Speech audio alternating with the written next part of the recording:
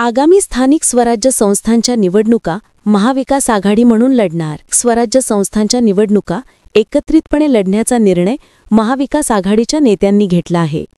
निवडून येण्याची क्षमता हाच उमेदवारीचा निकष असेल, असा ठाम निर्धार आज कोल्हापूरमधील अजिंक्यतारा कार्यालयात पार पडलेल्या आघाडीच्या बैठकीत करण्यात आला। या बैठकीस माजी खासदार विनायक राऊत, विधान परिषदेतील काँग्रेसचे गटनेते आमदार सतेज बंटी पाटील तसेच आमदार सुनील प्रभू उपस्थित होते। राऊत म्हणाले की उद्धव ठाकरे यांनी स्पष्ट केले आहे की आगामी स्थानिक स्वराज्य संस्थांच्या निवडणुका महाविकास आघाडी म्हणूनच लढायच्या आहेत। महाराष्ट्रातील भ्रष्टाचार मुक्त शासनासाठी ही एकजूट निर्णायक ठरेल।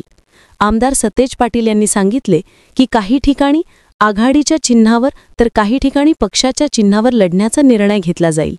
प्राथमिक स्तरावर चर्चा सुरू असून सर्व मतभेद मिटवून एकसंघपणे निवडणुकीला सामोरे जाऊ, असा निर्धार त्यांनी व्यक्त केला। आमदार सुनील प्रभू यांनी आघाडीतील सर्व घटक पक्षांनी समन्वय राखून सक्षम उमेदवार ठरवावेत आणि एकजूट दाखवावी, असे आवाहन केले। माजी आमदार राजीव आवळे यांनी सांगितले की पक्षापेक्षा आघाडीला प्राधान्य देऊन कार्यकर्त्यांचा मेळावा घेणे आणि एकसंधपणे लढणे हेच यशाचं गमक आहे।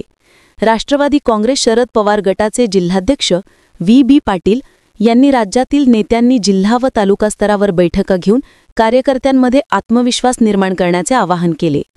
बैठकीस अरुण दुधवडकर, नितीन बानुगडे पाटील, संजय पवार, विजय देवणे, रविकिरण इंगवले, राजीव आवळे, सचिन चव्हाण, आर.के. पवार, अनिल घाटगे यांच्यासह मोठ्या संख्येने आघाडीतील नेते व कार्यकर्ते उपस्थित होते। लोकमंच मराठीसाठी कोल्हापूर प्रतिनिधी विक्रम केंझळेकर।